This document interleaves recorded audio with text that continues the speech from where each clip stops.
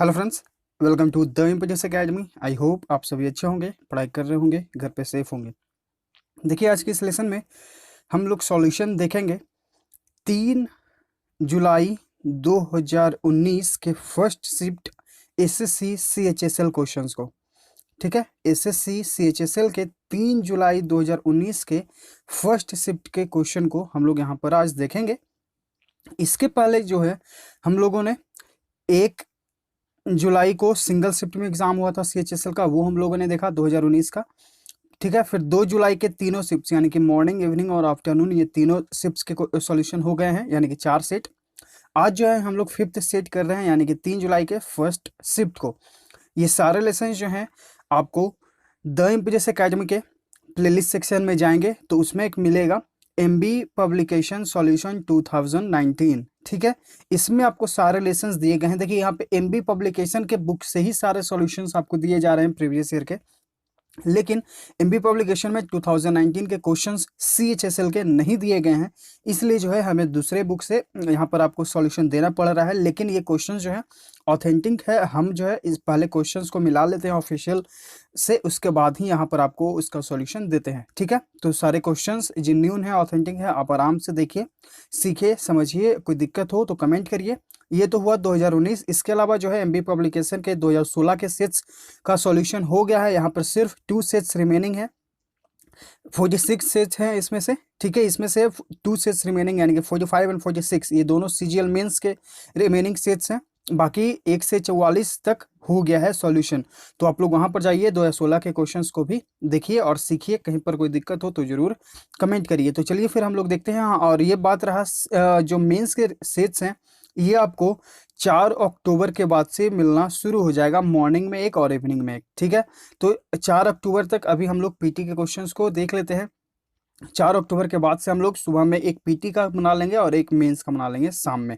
ठीक है, या फिर सुबह में ही मेंस बना लेंगे, शाम में पीटी बना लेंगे। ठीक है, जैसा कन्वीनियंट होगा वैसा हम आपको जरूर 4 अक्टूबर के बाद यानी कि 5 अक्टूबर से जो है आपको ये मिलना शुरू हो जाएगा। तो आप लोग जो है टेंशन नहीं लीजिए कि मेंस के क्वेश्चन नहीं हो रहे हैं, सॉल्यूशन एकदम होगा, जरूर होगा। सभी के लिए इंपॉर्टेंट है, हमें पता है, इसलिए जो है हम पीटी के क्वेश्चंस को भी करा रहे हैं और हमें पता है इंपॉर्टेंस मेंस का भी, इसलिए जो है मेंस का भी कराएंगे, टेंशन नहीं लेना है। चलिए तो फिर शुरू करते हैं। इसका क्वेश्चन नंबर फर्स्ट क्या है? देखिए, यहाँ पे आपको इसमें आइडेंटिफाई करना है ग्रामेटिकल एरर को। ये क्वेश्चन नंबर फर्स्ट है। ठीक है, थोड़ा सा बड़ा है, थोड़ा सा, चलिए इसको देख लेते हैं, छोटा कर देते हैं। हाँ चलिए, देखिए यहाँ पे इसमें आइडेंटिफाई करना है ग्रामेटिकल एरर को। पढ़ते हैं sentence, the launch of a smaller electric car. ठीक है, the launch of the small electric car will depend to the willingness of buyers to pay more for it. ठीक है, यहाँ पर देखिए हम लोगों ने प्रीवियस लेसन्स में अच्छे से देखा है, पढ़ा है और उनका रिवीजन भी किया है कि जब भी हम वर्ड वर्ब के रूप में देखें डिपेंड को, ठीक है, तो इसके साथ हम प्रीपोजिशन ऑन या अपॉन का करें। अगर आपको याद है, हम लेसन के बीच बीच में आपको ये इन्फॉर्मेशन देते रहते हैं। ठीक है, कहाँ पे आप किसके साथ, जैसे कुछ वर्ड वहाँ पे इंपॉर्टेंट आ गया, कल ही जैसे आया था इम्फेसिस, तो वहाँ पे हमने बताया था कि आप ऑन का यूज़ करें प्रीपोजिशन। इंसिस्ट कहीं पर दिख जाता है, वहाँ पे आप ऑन का यूज़ करें। इस तरह से हम बीच बीच में आपको बताते रहते हैं। तो यहाँ पर देखिए, यहाँ पर जो डिपेंड के साथ क्या यूज हुआ है, टू का यूज हुआ है। तो एरर कौन सा हो जाएगा आपका? एरर आपका ऑप्शन ए में ही हो जाएगा। The launch of the small electric car will depend on the willingness of buyers to pay more for it. ठीक है, यानी कि जो स्मॉल इलेक्ट्रिक कार हैं वो किस पर डिपेंड करेगा? बायर्स के विलिंगनेस यानी कि इच्छा पर डिपेंड करेगा कि वो इसे पे ज़्यादा करेंगे या नहीं। ठीक है, तो यहाँ डिपेंड के साथ जो है क्या प्रीपोजिशन ऑन या अपॉन का यूज़ करना है। ऑप्शन ए में एरर है। क्वेश्चन नंबर 2 पे आते हैं। यहाँ पे आपको बताना है इनडायरेक्ट स्पीच। ठीक है, तो देखिए, कल मैंने जो है आपको एक जो हमारा टेलीग्राम चैनल है द इम्पीरियस एकेडमी, डिस्क्रिप्शन में उसका लिंक दिया गया है, उसमें आप जाएंगे तो वहाँ पे आपको टेलीग्राम चैनल पे डायरेक्ट एंड इनडायरेक्ट स्पीच का एक पीडीएफ जो है हम वहाँ पर आपको शेयर किए हैं। तो अगर आपको दिक्कत है अगर बनाने में डायरेक्ट एंड इनडायरेक्ट स्पीच, तो आप हमारे टेलीग्राम चैनल पर जाएँ, विजिट करें। अगर आपको यूज़फुल लगे तो ज्वाइन भी कर लें, नहीं भी ज्वाइन करेंगे तो आपको सारे लेसन्स तो वहाँ पे अवेलेबल हैं ही। आप इस जो है पीडीएफ को डाउनलोड कर लीजिएगा, कल रात में ही मैंने उसे शेयर किया। ठीक है, तो उसे आप देखकर आप अच्छे से याद कर सकते हैं। तो यहाँ पर देखिए और समझ सकते हैं। तो यहाँ पर देखिए जो सेंटेंस है, भोला सेड टू हिज मदर, तो जब भी उसके आगे है सेंटेंस बन रहा है वो हमारा इंट्रोगेटिव में है, तो अगर हम इंट्रोगेटिव वाले जहाँ पर देखते हैं तो वहाँ पर हम आस्क्ड का यूज़ कर लेते हैं। ठीक है, तो ये तो एलिमिनेट हो जाएगा। अब यहाँ पर देखिए जो आपका राइट आंसर होगा वो हम लोग क्या सीखे हैं कि जब भी हम इनडायरेक्ट में बनाएंगे तो हमारा जो हेल्पिंग वर्ब होता है, जो इन्वर्टेड कॉमास के अंदर वाला जो सेंटेंस होता है, उसका हेल्पिंग वर्ब हमेशा लास्ट में चला जाता है, यानी कि सेंटेंस के अंत में चला जाता है। ओके, तो देखिए यहाँ पर जो हेल्पिंग वर्ब है यहीं पर यूज हो गया, यहाँ पर जो हेल्पिंग वर्ब है ये यहाँ पर है, जबकि यहाँ पर देखिए जो है आपका वाज लास्ट में लगा हुआ है, तो लास्ट का आंसर यहाँ पे ऑप्शन डी हो जाएगा। यहाँ पर ये ऑप्शन सी क्यों गलत है, क्योंकि यहाँ पर इस का यूज हुआ है, जबकि हम जानते हैं कि जो इन्वर्टेड कॉमास होता है वो इस फॉर्म में आ जाता है, मतलब कि अगर ये पास्ट है तो ये भी पास्ट, जब तक ये यूनिवर्सल ट्रूथ ना हो ये चेंज हो जाता है। अगर ये इन्वर्टेड कॉमा वाला पार्ट यूनिवर्सल ट्रूथ है, ठीक है, यानी कि जो हमेशा सच है वो कभी नहीं बदलता है, वो यूनिवर्सल ट्रूथ है, उसे आप ज्यों का त्यों छोड़ देंगे। लेकिन अगर ये यूनिवर्सल ट्रूथ नहीं है तो आप इसके अनुसार जो है बदल देते हैं, अगर ये पास्ट है तो आप इसे पास्ट बनाएं। ठीक है, तो राइट आंसर है यहाँ पे ऑप्शन डी। क्वेश्चन नंबर 3 पे आते हैं। यहाँ पे आपको अंडरलाइन सेक्शन को इम्प्रूव करना है। ठीक है, she has been writing this novel, she has been writing this novel for a year but she did not finish it yet. यहाँ पर देखिए आपको एक वर्ड दिख रहा है एट, तो एट जो है अपने साथ हमेशा प्रेजेंट परफेक्ट टेंस को लेता है, प्रेजेंट परफेक्ट टेंस को लेता है। तो प्रेजेंट परफेक्ट टेंस को बनाने का स्ट्रक्चर क्या होता है, सब्जेक्ट प्लस हैज़ या हैव प्लस वर्ब का third form plus object. Subject अगर सिंगुलर है तो इसके साथ हैज़ का यूज़ करें, सब्जेक्ट प्लूरल है तो इसके साथ हैव का यूज़ करें, ये हम लोग सीख चुके हैं। ठीक है, तो देखिए इस अंडरलाइन सेक्शन में के पहले जो हमारा सब्जेक्ट है सिंगुलर है, तो सिंगुलर सब्जेक्ट के साथ हम क्या यूज़ करेंगे, हैज़ का यूज़ करेंगे। फिर नेगेटिव है तो नेगेटिव के साथ नॉट का यूज़ करेंगे। फिर वर्ब का थर्ड फॉर्म, तो यहाँ पर देखिए फिनिश का फिनिश्ड है। ठीक है, और उसके बाद जो आपका ऑब्जेक्ट है वो, तो यहाँ पर जो राइट आंसर है वो है आपका ऑप्शन है। तो अगर आपको रूल्स याद है तो आप आराम से अपने आंसर को, राइट आंसर को चूज कर सकते हैं। यहाँ देखिए हैड का यूज़ हुआ है, जबकि ये प्रेजेंट में बात हो रहा है इसलिए एलिमिनेट। यहाँ पर हैज़ का तो यूज़ हुआ है लेकिन ये वर्ब का थर्ड फॉर्म नहीं है, वर्ब का फर्स्ट फॉर्म है। यहाँ पर नो, ये तो गलत ही है, तो राइट आंसर यहाँ पे ऑप्शन सी हो गया। चलिए क्वेश्चन नंबर 4 पे आते हैं। यहाँ पे आपको सिनोनिम बताना है, यानी कि पर्यायवाची शब्द इंथ्रॉल का। ठीक है, इसका मतलब क्या होता है, इसका मतलब होता है किसी को सम्मोहित कर लेना, मतलब कि अपना गुलाम बना लेना। ठीक है, मतलब आप किसी को सम्मोहित करते हैं, गुलाम बना लेते हैं। ठीक है, ऑप्शंस देखते हैं।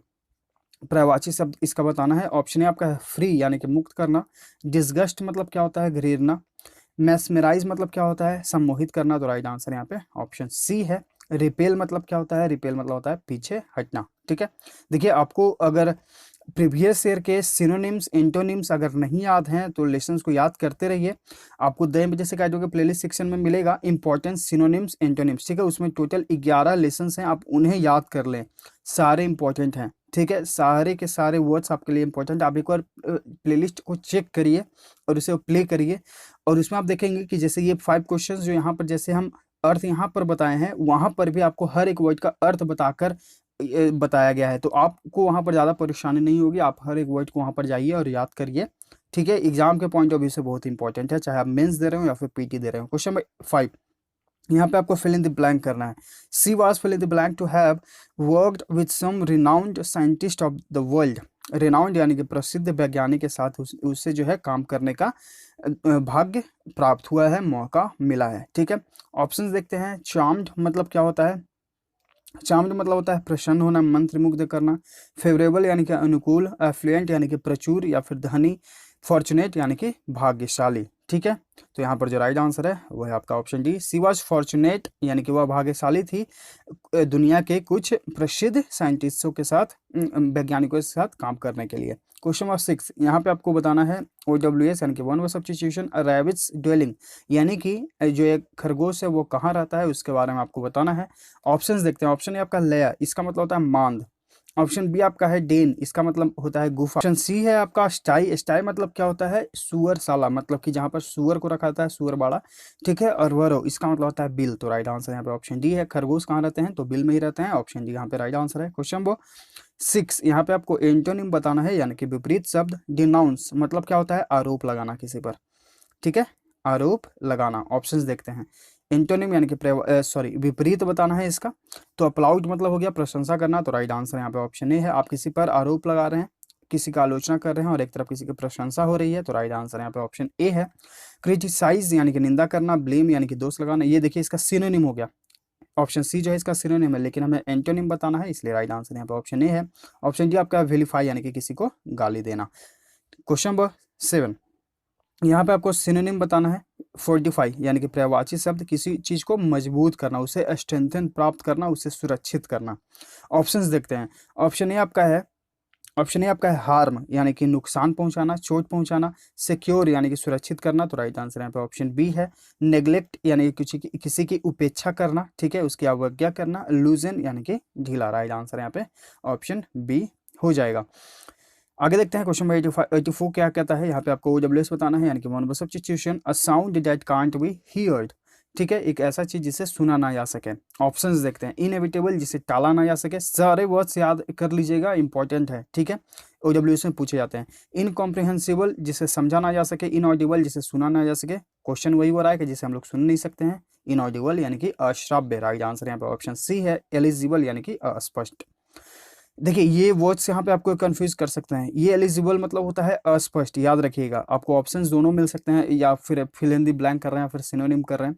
और एक ये वर्ड होता है ELIGBLE, एलिजिबल मतलब होता है योग्य, ठीक है, जो हम फॉर्म भरते हैं एलिजिबिलिटी आपसे पूछा जाता है, तो ये आपका एलिजिबल ये हो गया, ठीक है। और ये जो एलिजिबल है इसका मतलब होता है अस्पष्ट, तो याद रखिएगा, ठीक है। तो इसका राइट आंसर ऑप्शन सी है। क्वेश्चन नंबर 85 पे आते हैं। आपको वो आइटम का अर्थ बताना है। The crux of the matter, the crux of the matter मतलब क्या होता है? द बेसिक, सेंट्रल और critical point of an issue, यानी कि किसी चीज का बेसिक या फिर सेंट्रल या क्रिटिकल पॉइंट, किसी इशू का, किसी मुद्दा का, यानी कि सबसे जो नाजुक, सबसे जो महत्वपूर्ण मुद्दा है किसी चीज का, उससे आपको बताना है। तो यहाँ पर जो राइट आंसर है वो है आपका ऑप्शन है the crux of the matter, यानी कि नाजुक महत्वपूर्ण जो मुद्दा है। यहाँ पर जो है द क्रिटिकल पॉइंट मतलब भी होता है, क्रिटिकल मतलब भी होता है महत्वपूर्ण, ठीक है। तो राइट आंसर यहाँ पर ऑप्शन ए है। बाकी ऑप्शन देख लेते हैं। द इंटरेस्टिंग थिंग यानी कि जो रुचि वाली चीजें हैं उसमें। द अननोन पॉइंट यानी कि अज्ञात मुद्दा। द लेसर इशू यानी कि जो कमतर है, मतलब कि जो छोटा इशू है उसके बारे में। राइट आंसर यहाँ पे ऑप्शन ए है। क्वेश्चन नंबर 86 में बताना है आपको आइटम का अर्थ फिर से। Four corners of the world, इसका मतलब क्या होता है? दुनिया के चारों कोनों से, ठीक है, दुनिया के चारों कोनों से, यानी कि आप पूरे दुनिया का भ्रमण कर लीजिए, ठीक है। तो राइट आंसर यहाँ पे कौन सा हो जाएगा? यहाँ पे राइट आंसर यहाँ पे ऑप्शन डी है, from all parts of the world, ठीक है, यानी कि दुनिया के हर कोने से। बाकी ऑप्शंस हैं फ्रॉम बिगिनिंग टू एंड, यानी कि शुरू से अंत तक। बिगिनिंग यानी शुरू, एंड मतलब अंत। फ्रॉम द वेरी बिगिनिंग यानी कि शुरुआती से, बिगनिंग यानी कि शुरुआती। फ्रॉम मॉर्निंग टिल नाइट यानी कि सुबह से रात। From all parts of the world, right answer option D. Question number 87, यहाँ पे आपको PQRS यानी कि सेंटेंस अरेंजमेंट करना है। तो इसके लिए हम लोगों ने क्या सीखा है? सबसे पहले सेंटेंस को पढ़ेंगे, चारों सेंटेंसेस को, उसके बाद देखेंगे कि हमारा मेन थीम इसमें से क्या बनता है, आपका सब्जेक्ट इसमें से क्या बनता है। और ये कब आपका होगा? जब आप प्रैक्टिस करेंगे। Practice makes a man perfect. अब जितना प्रैक्टिस करेंगे उतना आपके लिए बेहतर होगा, आप बेहतर होते चले जाएंगे, ठीक है। अगर आप मेंस में बैठ रहे हैं तो 20 क्वेश्चंस आपको सॉल्व करने होंगे, तो आप प्रैक्टिस नहीं करके जाइएगा तो आप कैसे बनाइएगा, ठीक है। अचानक से एग्जाम में और जो है माइंड जो है वो इधर से उधर होने लगता है, ठीक है। तो वो भी कंप्यूटर पर बैठ कर देना होता है एग्जाम, इसलिए थोड़ा सा आप प्रैक्टिस करके जाइए, आदत रहेगा तो एग्जाम में कोई दिक्कत नहीं होगा। चलिए, तो इस यहाँ पर हम लोग पढ़ते हैं तो देखेंगे कि कुछ लोग हैं जो वो बैंकॉक जाते हैं, वहाँ पे वो टूर करते हैं बुद्धिस्ट टेम्पल्स को, ठीक है। तो देखिए यहाँ पर जो आपका ऑप्शन बी से शुरू होगा कि when we arrived in Bangkok, जब हम लोग बैंकॉक पहुँचे, we took a tour of the city's famous Buddhist temples, तो हम लोगों ने वहाँ शहर के बुद्धिस्ट टेम्पल्स को जाकर, मतलब वहाँ जाकर घूमा। We visited numerous temples that day, उस दिन हम लोगों ने अनेक मंदिरों को घूमा। न्यूमरस यानी कि अनेक, ठीक है। बट आफ्टर अ वाइल यानी कि कुछ समय बाद, they all began to blur in our memories, यानी कुछ समय बाद जो है वो हमारे यादों में जो है खो गए, उलझ गए, ठीक है। However there was one temple, the temple of golden Buddha, उनमें से एक जो मंदिर था वो था गोल्डन बुद्धा का temple, which left an indelible impression in our hearts and minds, जो हमारे दिल में जो है दिल में और दिमाग में जो है एक अमीट प्रभाव छोड़कर चला गया। इनडेलिबल यानी कि अमीट, जिसे मिटाना जा सके। इंप्रेशन यानी कि प्रभाव, जो हमारे दिल दिमाग में एक अमीट प्रभाव छोड़कर चला गया। तो यहाँ पर जो राइट आंसर है वो है आपका ऑप्शन है। तो देखिए इस तरह से अगर आप पढ़ेंगे और सेंटेंस को अरेंज करेंगे तो आप बनाना सीखते चले जाएंगे, तो प्रैक्टिस करते रहिए। क्वेश्चन नंबर 88, यहाँ पे आपको फिल इन द ब्लैंक करना है। अदाली Khal Adali Khal is such a fill in the blank village in Garhwal that hardly any tourist can reach there. यहाँ पे देखिए एक वर्ड यूज हुआ है हार्डली, अपने आप में नेगेटिव है, आप याद रखिएगा। ये अपने आप में एक नेगेटिव वर्ड है। No sooner, sorry no sooner नहीं, अनलेस। नो सूनर तो ये तो नेगेटिव हो ही गया क्योंकि नो है, ठीक है। अनलेस, अनलेस जो वर्ड है ये भी अपने आप में एक नेगेटिव है। हार्डली ये भी अपने आप में नेगेटिव है, इसके साथ नो का यूज ना करें, ठीक है। तो यहाँ पर चलिए देखते हैं। अदाली खाल जो है is such a fill in the blank village in Garhwal that hardly any tourist can reach there. Options देखते हैं। ऑप्शन आपका है लॉस्ट यानी कि गुम, जो लुप्त हो गया। ऑप्शन बी आपका है ड्रीमिंग यानी कि माया जाल या फिर सपना, रिमोट यानी कि दूर, लोनसम यानी कि अकेला।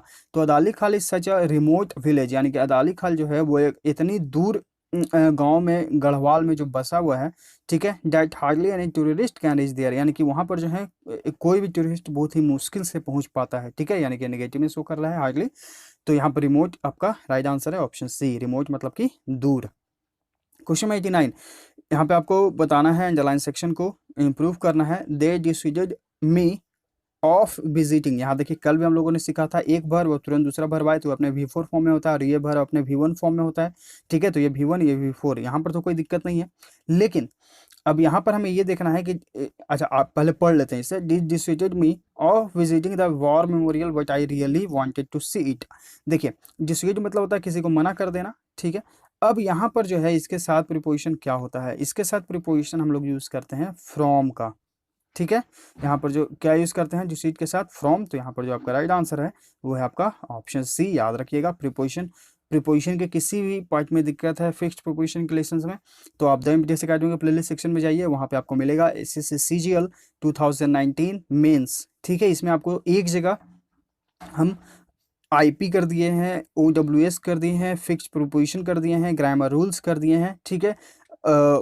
और फ्रेजल वर्ब्स है वहाँ पे, ठीक है। जो इंपॉर्टेंट आपके एग्जाम के पॉइंट ऑफ व्यू से वहाँ पर हम सारे एक जगह कर दिए हैं। आप चाहें वहाँ पर जाकर लेसन्स को देख सकते हैं, उन्हें याद कर सकते हैं। तो यहाँ पर ऑप्शन सी को राइट आंसर है। क्वेश्चन 90, यहाँ पे आपको रॉन्गली स्पेल्ड को चूज करना है। ऑप्शंस देखते हैं। इन्फ्लुएंस, इसका मतलब क्या होता है? इन्फ्लुएंस मतलब होता है प्रभाव, ठीक है। ये आपका करेक्ट स्पेल है। प्रभाव होता है इसका मतलब इनइक्वालिटी, यानी ये भी करेक्ट स्पेल्ड है, इसका मतलब होता है असमानता। इनएफिशिएंट, इसका मतलब क्या होता है? इनएफिशिएंट मतलब होता है अकुशल, ठीक है, अकुशल। तो यहाँ पर देखिए ये जो आपका राइट आंसर है वो है आपका सी ही है। इसका जो करेक्ट स्पेल्ड है वो है EINEFFICIENT, ठीक है। तो यहाँ पर सी के बाद आपको क्या यूज करना है? आई, उसके बाद ENT, ठीक है। तो आई यहाँ पर मिसिंग है, राइट आंसर यहाँ पर ऑप्शन सी हो गया। ऑप्शन डी आपका है इंडिपेंडेंस यानी कि आज़ादी, ठीक है। ये तो करेक्ट स्पेल्ड है। क्वेश्चन नंबर 91, यहाँ पर आपको पैसिव बताना है। The merchant took out the dead parrot from the cage. देखिए यहाँ पे टुक आउट यूज हुआ है, यानी कि वर्ब का सेकंड फॉर्म, यानी कि वर्ब का सेकंड फॉर्म कब यूज होता है? पास्ट इंडेफिनिट में। अब जब पास्ट इंडेफिनिट है तो इसे हम लोग पैसिव बनाते हैं, तो वाज या वेयर का यूज करते हैं। सब्जेक्ट सिंगुलर है तो वाज, सब्जेक्ट प्लूरल है तो वेयर, उसके बाद वर्ब का थर्ड फॉर्म, फिर बाई प्लस ऑब्जेक्ट, ठीक है। तो यहाँ पर देखिए जो हमारा अब यहाँ पर सब्जेक्ट बन जाएगा वो क्या बन जाएगा? द डेड पैरोट, क्योंकि हम लोग जानते हैं वॉइस में जो सब्जेक्ट होता है वो ऑब्जेक्ट, जो ऑब्जेक्ट होता है वो सब्जेक्ट। तो यहाँ पर द डेड पैरोट हो गया, यानी कि सब्जेक्ट सिंगुलर है। इसके साथ जो है हम लोग क्या यूज करेंगे? वाज का यूज करेंगे, फिर वर्ब का थर्ड फॉर्म, उसके बाद जो आपका ऑब्जेक्ट है। तो राइट आंसर यहाँ पे ऑप्शन सी है। यहाँ देखिए टुक आउट ये छोड़ दिया गया ऐसे ही, यहाँ पे वर्ब का फोर्थ फॉर्म यूज हो गया, यहाँ पर इज का यूज हो गया। राइट आंसर यहाँ पे ऑप्शन सी। क्वेश्चन नंबर 92, यहाँ पे आपको रॉन्गली स्पेल्ड को चूज करना है। ऑप्शंस देखते हैं। बोर्ड मतलब होता है पट, जिस पर लिखा जाता है, ठीक है, पट, या फिर इसका मतलब मंडल या समिति भी होता है। ये करेक्ट स्पेल्ड है, राइट आंसर चूज करना है हमें रॉन्गली में। ऑप्शन बी आपका है ब्लिस, यानी कि आनंद, ये भी जो है करेक्ट स्पेल्ड है। बिहेव यहाँ पे रॉन्गली स्पेल्ड है, राइट आंसर यहाँ पे ऑप्शन सी है। बिहेव का करेक्ट स्पेल्ड क्या होता है? BEHAVE, बिहेव मतलब क्या होता है? BEHAVE, बिहेव मतलब व्यवहार करना, ठीक है। राइट आंसर यहाँ पे ऑप्शन सी, वेटर यानी कि बेहतर। क्वेश्चन 93 में आपको आइडेंटिफाई करना है ग्रामेटिकल एरर्स को। The promoters of the med hospital has agreed to see their business to pal hospitals. तो देखिए the promoters of the med hospitals, यानी कि मेड, इसे हम लोग ऐसे समझते हैं, मेड हॉस्पिटल के प्रमोटर, प्रोमोटर्स, यहाँ पर देखिए प्रोमोटर्स है, ठीक है। तो यहाँ पर जो प्रोमोटर्स हो गया ये हमारा सब्जेक्ट हो गया, प्रमोटर्स यहाँ पर सब्जेक्ट है। तो ये अपने प्लूरल फॉर्म में, यहाँ पर एस लगा हुआ है, ठीक है, एस लगा हुआ है, यानी कि प्लूरल फॉर्म में है। तो प्लूरल फॉर्म में जब हमारा सब्जेक्ट होता है तो वर्ब भी हम लोग प्लूरल यूज करते हैं। जो वर्ब है वो भी हम लोग प्लूरल फॉर्म में यूज़ करेंगे। सब्जेक्ट सिंगुलर तो सिंगुलर वर्ब का फॉर्म, और अगर सब्जेक्ट प्लूरल है तो वर्ब का भी प्लूरल फॉर्म। ठीक है, तो यहाँ पर देखिए चूंकि सब्जेक्ट प्लूरल है तो वर्ब भी प्लूरल यूज़ करना है, जबकि यहाँ पर हैज़ का यूज़ हो गया। तो हैज़ जो है सिंगुलर यूज़ होता है, जबकि यहाँ पर हम क्या यूज़ करेंगे, हैव का यूज़ करेंगे। तो इधर जो हो जाएगा वो हो जाएगा आपका ऑप्शन डी। यहाँ पर हैज़ की जगह हम क्या यूज़ करेंगे, हैज़ का, हैव का यूज़ करेंगे। क्वेश्चन नंबर 94, यहाँ पे आपको एंटोनिम बताना है कि पर्यायवाची शब्द ओपेक का। ओपेक मतलब होता है अपारदर्शी, अस्पष्ट। ठीक है, ऑप्शंस देखते हैं। फ्रॉस्टी यानी कि ठंडा। डल मतलब क्या होता है, डल मतलब होता है सुस्त। हेजी मतलब धुंधला, ये देखिए एंटोनिम सिनोनिम हो गया, लेकिन हमें बताना है एंटोनिम। क्लियर यानी कि स्पष्ट, तो राइट आंसर यहाँ पे ऑप्शन डी है। एक अस्पष्ट है अपारदर्शी और एक स्पष्ट है, राइट आंसर यहाँ पे ऑप्शन डी है। अब हम लोग देखते हैं आगे क्वेश्चन नंबर 95 टू 99, यहाँ पे आपको फिल इन द ब्लैंक करना है। ओके, चलिए आगे पढ़ते हैं। China is the great producer of pork. Pork मतलब क्या होता है, पोर्क मतलब होता है सुअर का मांस। जो चाइना है वो सबसे ज्यादा उत्पादक देश है, उत्पादक करता है पोर्क का, यानी कि सुअर का मांस का। But it is facing a problem at the moment. यहाँ पर देखिए एट द मोमेंट, यानी कि ये जो बात हो रहा है कि अभी हो रहा है। जहाँ पर आप एट द मोमेंट देखें वहाँ पे आप प्रेजेंट कॉन्टिन्यूअस टेंस यानी कि वर्ब के फोर्थ फॉर्म को यूज करें। ठीक है, तो एट द मोमेंट अगर ये हो रहा है, यानी कि वो अभी भी जो है बड़ा प्रॉब्लम जो है, इस बड़े प्रॉब्लम को फेस कर रहा है, यानी कि प्रेजेंट कॉन्टिन्यूअस टेंस को ये शो कर रहा है। तो राइट आंसर है ऑप्शन ए है। ठीक है, इस बड़े प्रॉब्लम को वो अभी सामना कर रहा है। आगे पढ़ते हैं। देयर इज एन एपिडेमिक, वहाँ जो है एक बीमारी है। विच इज किलिंग इट्स पिग्स। ठीक है, विच इज किलिंग इट्स पिग्स, जो एपिडेमिक है उसको रिलेट कर रहा है यहाँ पर विच। ठीक है, विच किसके लिए यूज हुआ, एपिडेमिक के लिए। विच यानी कि जो सुअरों को, उस देश के सुअरों को वहां पर मार रहा है। ठीक है, मर रहे हैं उसके कारण, इस महामारी के कारण। द वायरस वाज फर्स्ट, ये जो वायरस है first discovered in August last year. यह जो वायरस है अगस्त, पिछले साल के अगस्त महीने में डिस्कवर हुआ था, खोजा गया था। ठीक है, but 1 million pigs have died by now. But अभी तक, यानी कि अब तक जो है लगभग 1 मिलियन पिग्स जो है मर गए हैं। It is a deadly virus, यह जो है घातक जो है जानलेवा वायरस है। And when a pig catches, और जब यह जो है एक सुअर इसे कैच कर लेता है, ठीक है, मतलब ये सुअर में चला जाता है, इट डाइज, तो वह मर जाता है। China thinks that 1/3 of its pigs are going to die by the end of the year. China ये सोचता है कि उस देश के जो सुअर हैं इस साल के अंत तक जो है 1/3 मर जाएंगे। ठीक है, तो यहाँ पर जो है आपका यूज हो जाएगा इट्स, क्योंकि देखिए यहाँ पर भी हम देख रहे हैं कि there is an epidemic which is killing its pigs. यहाँ पर देश को संबोधित करने के लिए इट्स का यूज हो रहा है, इसलिए जो है हम यहाँ पर भी क्वेश्चन 99 में इट्स पिग का ही यूज करेंगे। ठीक है, तो यहाँ पर जो है आपका ये हो गया पूरे पैसेज का। अब देखते हैं हम लोग यहाँ पर जो है आपके लिए वर्ड इंपॉर्टेंट जो है कोई नहीं है। सर्च मतलब होता है खोजा गया। ठीक है, लर्न यानी कि सीखा गया। इन्वेंट यानी कि आविष्कार किया गया। डेडली यानी कि घातक। वायलेंट यानी कि उग्र। क्रूएल यानी कि निर्दयी। ब्लडी यानी कि खून से संबंधित, खूनी। ठीक है, चलिए क्वेश्चन नंबर 100 देखते हैं। यहाँ पे आपको PQRS है, सेंटेंस अरेंजमेंट है। ठीक है, तो अगर आप पढ़ेंगे इसे तो देखेंगे कि यहाँ पे बात हो रहा है कि वहाँ पर एक एप्पल ट्री है जो कि गाँव के एकदम सेंटर में है, एकदम मध्य में है। ठीक है, उसके बाद children love to play around the tree and pick delicious apples. जो बच्चे हैं वो क्या करते हैं कि वहाँ पर जाते हैं, ठीक है, और वहाँ पर खेलना पसंद करते हैं उसके चारों ओर, और डिलीशियस एप्पल्स को खाते हैं। डिलीशियस जो वर्ड है ऑप्शन डी में, डिलीशियस मतलब होता है स्वादिष्ट। ठीक है, उन स्वादिष्ट सेबों को वो खाते हैं। ओके, उसके बाद क्या है, द एडल्ट्स ऑल्सो सेट, वहाँ पर जो है वयस्क लोग यानी कि बुजुर्ग लोग वो भी बैठते हैं, बड़े बूढ़े सब बैठते हैं इन द शेड, उनके छाँव में, एंड डिस्कस्ड इंपॉर्टेंट थिंग्स, और वहाँ पर जो है डिस्कस करते हैं महत्वपूर्ण चीज़ों को। उसके बाद फिर क्या है कि they remember that they to play around the tree when they were young, वो ये भी याद करते हैं कि जब वो बच्चे थे तो वो भी वहाँ पर खेला करते थे। ठीक है, तो उसके बाद लास्ट में आपका यानी कि A, D और बी और फिर सी, यानी कि यहाँ पर जो राइट आंसर है वो है आपका ऑप्शन डी। ठीक है, ऑप्शन डी यहाँ पर राइट आंसर हो गया।